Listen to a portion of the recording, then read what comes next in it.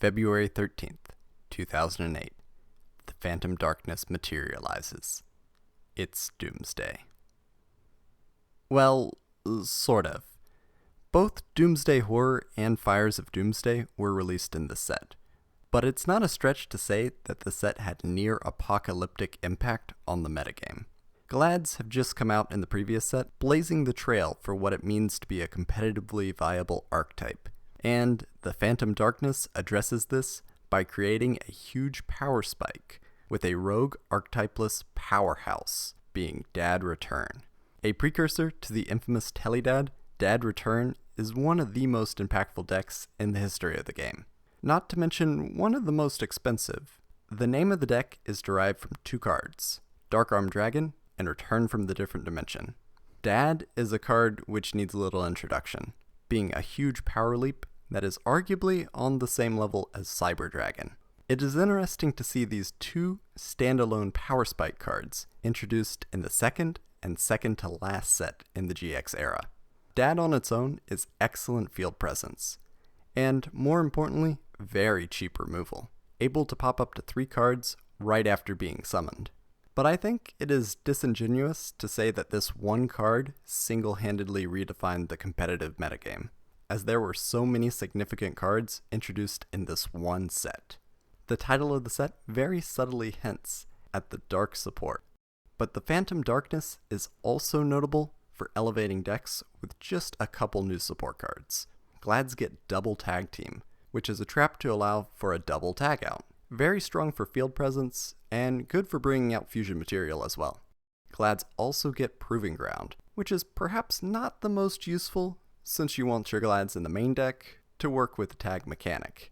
Or at least that was the prominent opinion at the time. 6 Samurai got 6 Samurai United, which is deceptively easy to use. Accumulating 2 counters in a swarming deck makes the card very strong draw support.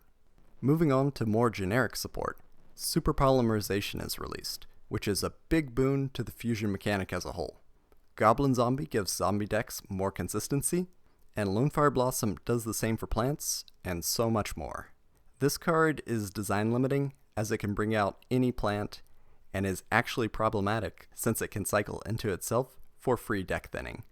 I would say in some cases, Lonefire is on the edge of being degenerate, and is probably a design mistake. But it is just the tip of the iceberg when it comes to this set. Chain Material is theoretically another boost to the fusion mechanic, but is most often used in loops with Fusion Gate and Elemental Hero Electrum. All-out attacks forces flip effects to go off, making Morphing Jar number 2 a problem card. Super Ancient Deep Sea King Coelacanth is a mouthful, but also a notorious enabler. Mass special summoning fish directly from the deck. Samsara Lotus finally became broken 10 years later, since it's able to loop its summon effect in specific circumstances. Then Konami doubles down on one of the most problematic areas of card design, those being Tribute to Burn monsters, with Cannon Soldier Mark II, because they didn't learn their lesson with the Mark I or the Toon Retrain. Tribute to Burn effects, unless they are seriously restricted to only non-token normal monsters, or have a hard once per turn, are a design mistake, because they enable FTKs. But that's not the only Tribute to Burn monster in this set, because the Cannon Soldier sequel was lonely all on its own. Shadow Priestess of Ohm is restricted to just dark attribute monsters, but has a pretty good return at 800 points of damage apiece. As mentioned earlier, this card is problematic, and a few competitive variants of Shadow Priestess of Ohm burn decks would crop up in the next few years. But what I find most interesting about the card is that it is an uncredited member of the Dark Retrain series, being an obvious homage to Lady of Faith and the whole Doriado card series. Lady of Faith's Japanese name is Dryad, which is transliterated to Doriado, if the connection was not immediately apparent. Doriado actually did get a conventional dark counterpart with the creatively named Dark Doriado, but that trend was actually first popularized in this set.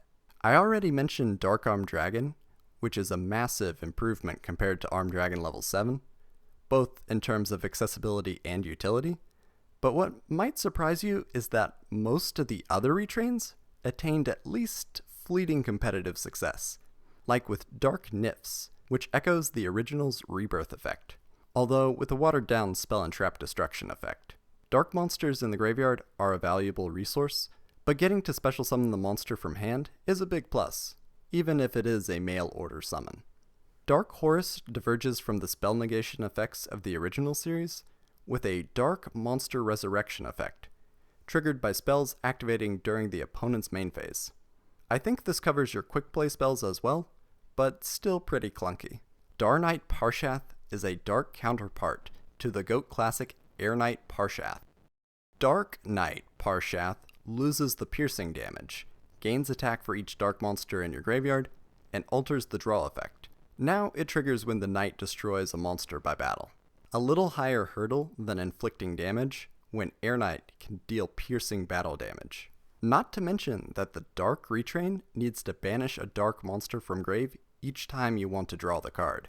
There is a lot of trade-offs with this version, but like Doriato, there is actually an uncredited dark counterpart to Air Knight Parshath already, that being Mephist the Infernal General, which is slightly weaker in terms of attack, keeps the piercing battle damage, but trades the card draw effect for forcing your opponent to discard. Talking about confusing counterparts, there's also Dark Grepher, which is a dark variant of Warrior Digrepher, which brings up many questions suited for another video. Like, I thought that Dark Blade was Digrepher taking the dark path, or maybe Dark Lucius was the unexpected die after falling down, but I'm not going to dwell on this point. Dark Grepher is a huge improvement, able to special summon itself from hand, and even has a graveyard setup effect, making it a very valuable playmaker. The Dark Creator is similar to Dad, being able to special summon itself from hand, although with greater difficulty. TDC can again resurrect dark monsters from grave, this time by banishing other dark monsters, instead of discarding cards like the original Creator. Another excellent retrain, even if it's a little awkward to bring out sometimes. The final Dark Retrain I'm going to mention is Dark Lord Zerato, which is not only a counterpart to Archlord Zerato, but a member of the Dark Lord Archetype, which would be developed much later in the game. I'm not going to spend too long on this chunk of lore either, but I thought that Mazira de Ville was the dark counterpart to Archlord Zerato, when the Warrior of Zera takes the path of Pandemonium instead of finding sanctuary in the sky. But maybe this is just a corrupted form of the angelic Archlord. Regardless, this monster more or less copies the destruction effect of its predecessor, but has the downside of self-destructing during the end phase. I like how the summon condition of tributing a dark monster when having 4 with different names in grave is sorta a callback to the summoning conditions for the original Archlord Zerato. What is interesting to me about all the dark counterparts is how most of them function as generic or semi-generic dark support, and that is actually the last category of cards in the set that I want to highlight. Dad on its own is a power spike, but I do not think that the card would have had nearly the competitive impact without the other pushed dark support in the set.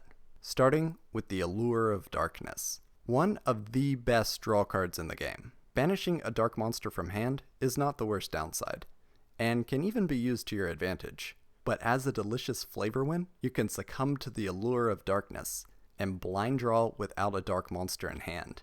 This is a big gamble, hoping to draw a target to banish at the risk of discarding your whole hand. Just exquisite card design, except when it comes to metagame balance, as this card fits comfortably alongside the D-Draw engine to further accelerate dark decks. Allure is definitely a chase card, but you might be surprised how many of the other cards in the set saw at least a little experimentation.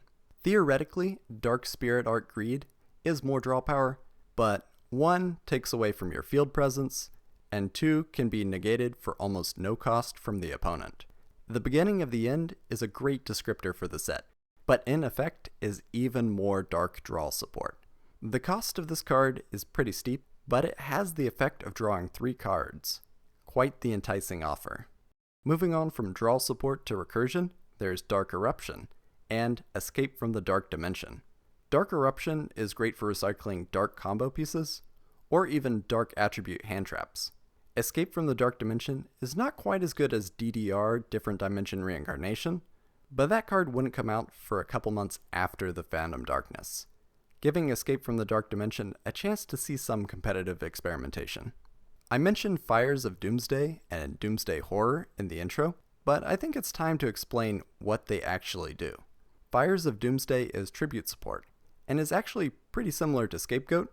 However, you only get 2 tokens, but they can be used as a tribute for a dark monster. The summon restriction from Scapegoat is there, but the card is also a quick play spell, so best used on the opponent's turn.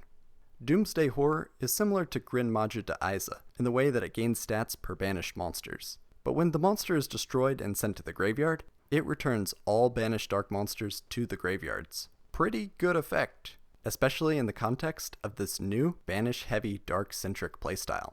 This is the point where the support is a little bit more niche, but still solid considering that it's for an entire attribute. Obsidian Dragon and Belial the Marquis of Darkness give your dark monsters a layer of protection, but Dark Illusion might be the better option since it offers 1-for-1 negation, not something you see on a counter trap every day. Finally, just whelming, there's also the Guts lookalike Dark Crusader. You can discard a dark monster for the Crusader to gain 400 attack points, making it a decent beater. And the effect is not once per turn, so you can go pretty deep in card disadvantage in order to push more damage or beat over a big monster. Dark Crusader may be intended as an option to load up the graveyard with dark monsters, but Dark Gruffer is a better option. But not the best option in the set. Armageddon Knight has such a simple but strong effect, with a surprisingly forward-thinking condition. When this card is summoned, you can send 1 dark monster from deck to the graveyard. This card enables so many combos, and will probably be banned one day. But that's not why I saved it for last. Armageddon refers to the site or time of the final and conclusive battle between the forces of good and evil, and I couldn't think of a better way to describe the final 2 sets in the GX era. The Phantom Darkness is the introduction of the forces of darkness, while the Light of Destruction rallies the forces of light. Next time, we are moving from Doomsday to Armageddon.